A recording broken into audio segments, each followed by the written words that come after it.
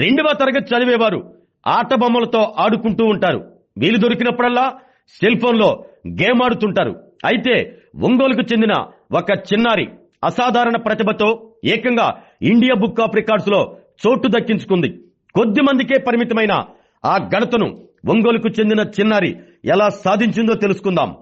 ఒంగోలు నగరంలోని సంతపేటలో మాచవరం సాయి చైతన్య, సూరి దీపిక దంపతులు ఉన్నారు. వారికి ప్రణవి శ్రీవిద్య అనే కుమార్తె ఉంది. ప్రస్తుతం 2వ తరగతి చదువుతుంది.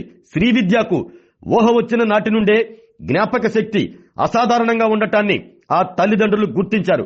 కొన్ని రకాల పదాలు చెప్పి కొద్దిసేపటి తర్వాత అడిగితే టకామని చెప్పటం గుర్తించారు.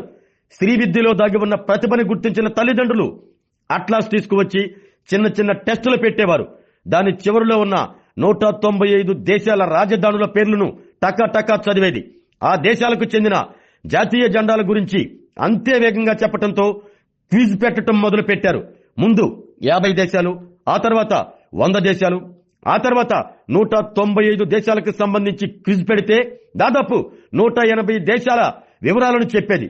ఆ క్విజ్ శ్రీవిద్య పేరు ఇండియా బుక్ ఆఫ్ రికార్డ్స్ లో చోటు దక్కేలా చేసింది.